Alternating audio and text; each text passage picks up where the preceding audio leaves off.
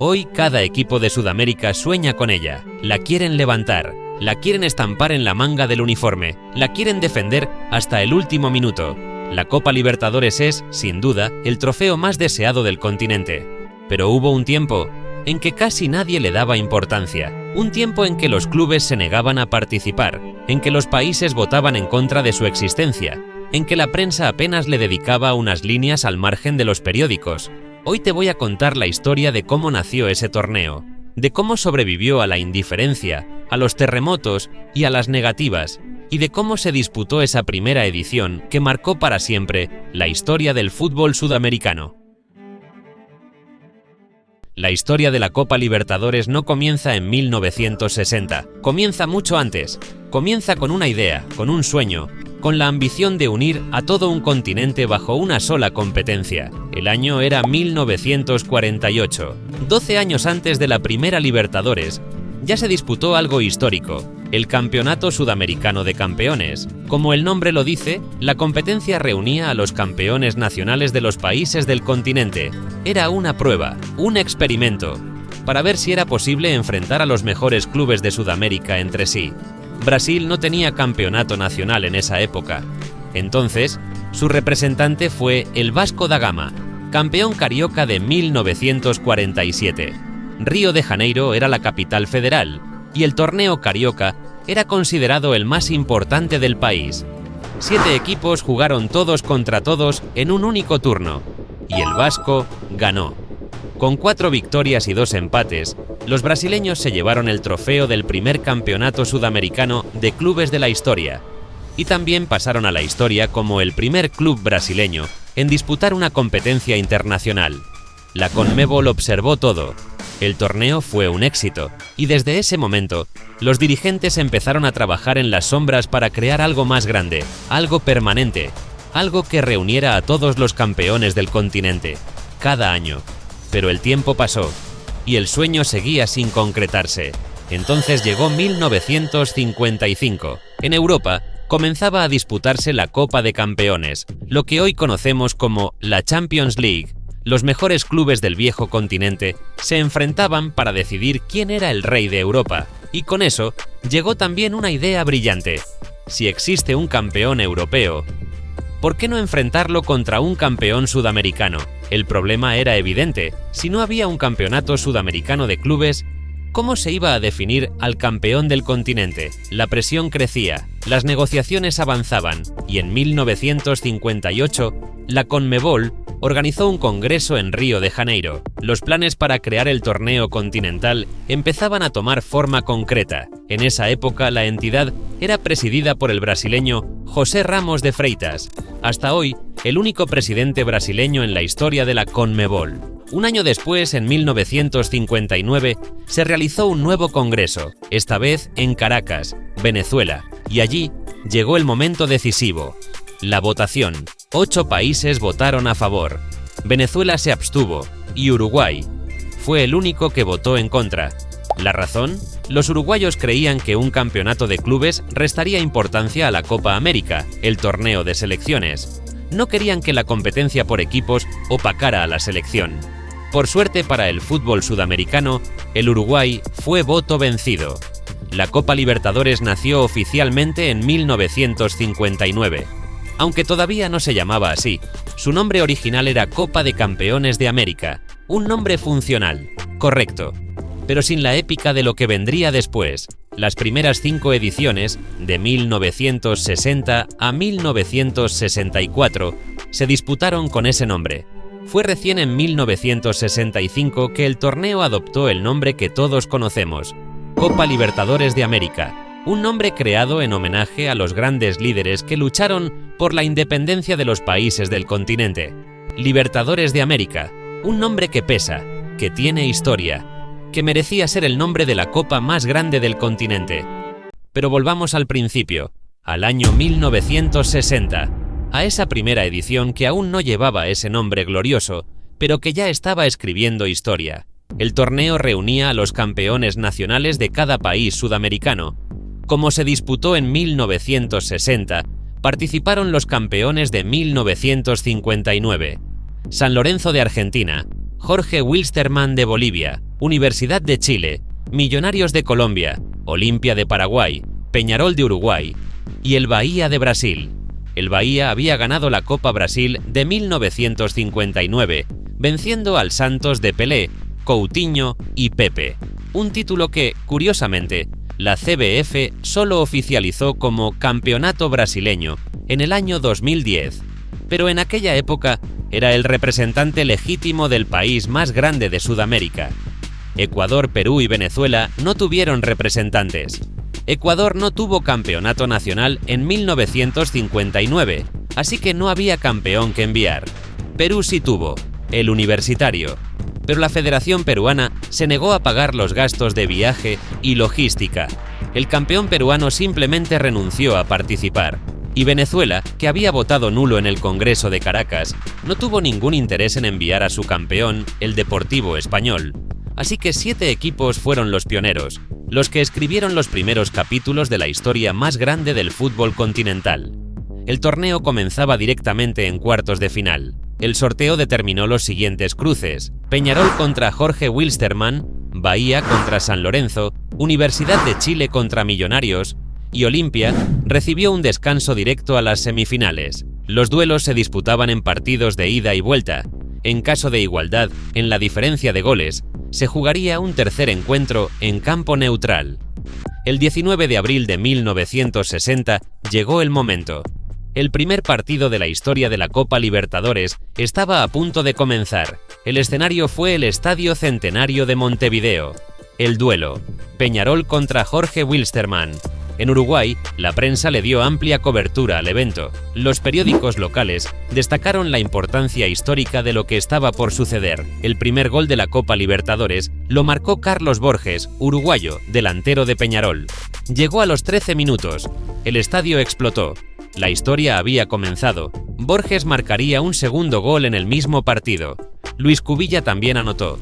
Y el gran protagonista de la noche fue Alberto Spencer, que convirtió 4 goles. El resultado final: Peñarol 7, Jorge Wilstermann 1. Una paliza histórica, una presentación brutal para el torneo que estaban haciendo. En la vuelta de los cuartos de final, Peñarol viajó a La Paz y empató 1-1 con el Wilstermann. La clasificación era un trámite. Los uruguayos avanzaron con comodidad a las semifinales. Mientras tanto, el Bahía tenía su propio desafío. Enfrentaba al San Lorenzo de Argentina, campeón argentino de 1959, un equipo que había roto un ayuno de 13 años sin títulos. El gran nombre del conjunto argentino era José Sanfilippo, artillero del campeonato argentino en 4 ediciones consecutivas, de 1958 a 1961, y hasta hoy, el mayor goleador en la historia del San Lorenzo con 207 goles. El primer partido entre brasileños y argentinos en la historia de la Libertadores se disputó en Buenos Aires, en el estadio El Palacio, que pertenecía al Huracán, el eterno rival del San Lorenzo. El estadio fue elegido por ser más grande y moderno que el viejo gasómetro, la cancha del San Lorenzo. El Bahía era dirigido por el argentino Carlos Volante. Carlos Volante asumió el mando del Bahía justo en el tercer partido de la final de la Copa Brasil de 1959, sustituyendo al técnico anterior, y ganó el título.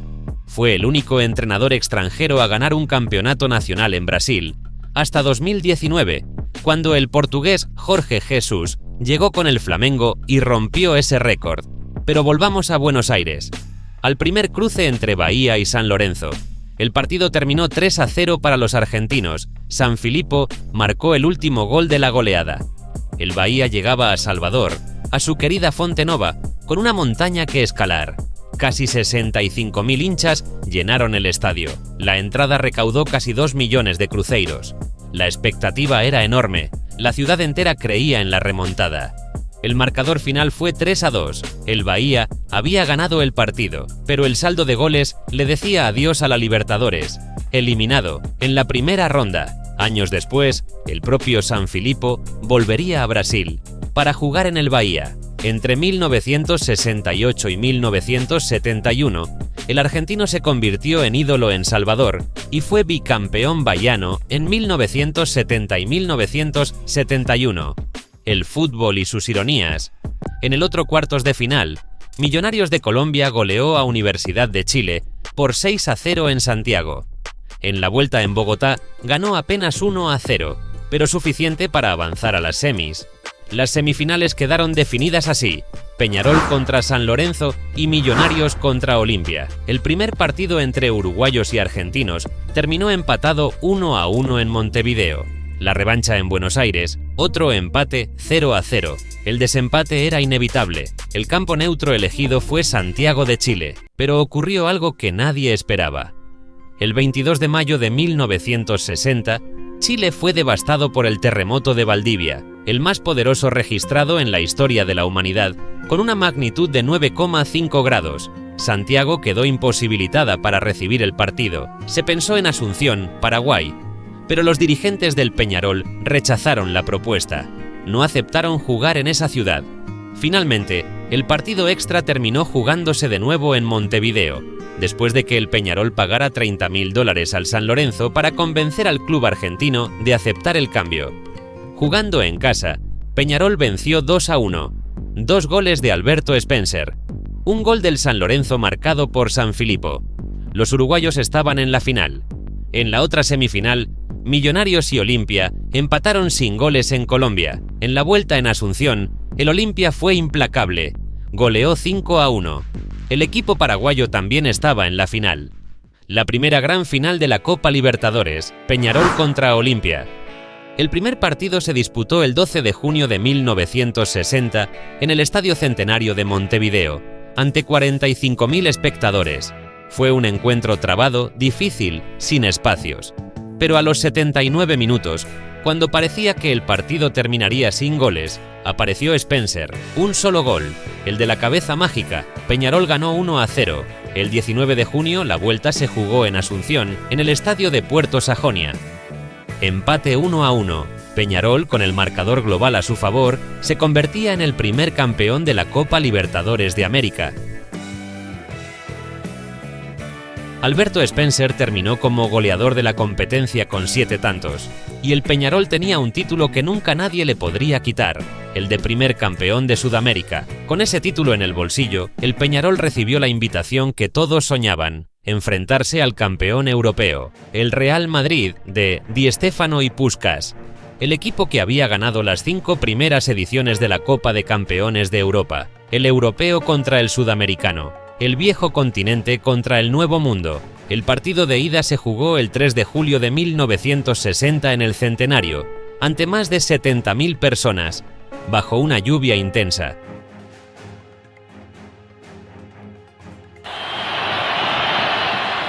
Desde el pitido inicial, el Madrid plantea un partido de contención.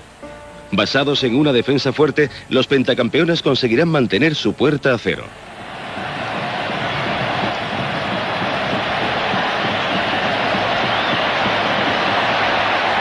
Eso sí, el Madrid sufre mucho, incluso para mantenerse en pie y para controlar el balón.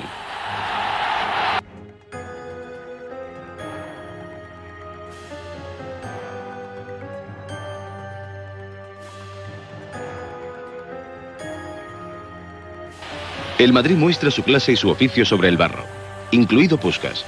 Deja la eliminatoria a favor de cara al partido de vuelta.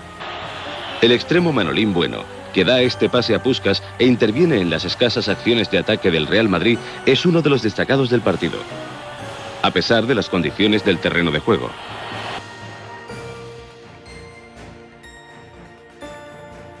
El defensa uruguayo Santa María, que había militado en el Nacional de Montevideo, tenía cuentas pendientes con su rival de siempre.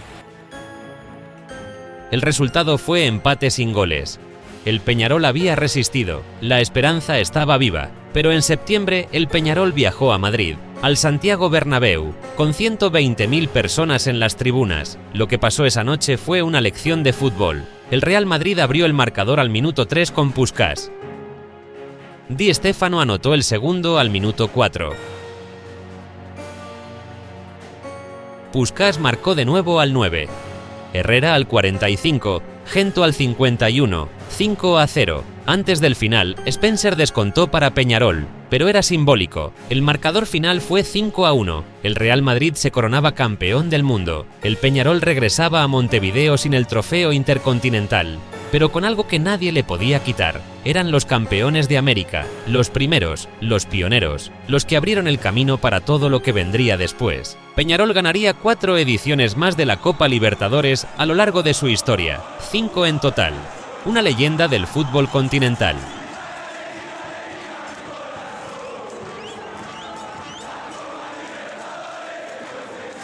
Así nació la Copa Libertadores, no con un estadio lleno de cámaras y flashes, no con transmisiones en vivo para todo el continente, no con una producción gigantesca, nació en silencio, casi sin que nadie lo notara, con apenas 7 equipos y una prensa que en muchos países apenas le prestaba atención, pero nació, y sobrevivió, y creció, y se convirtió en el torneo más apasionante, más dramático, más amado del fútbol sudamericano.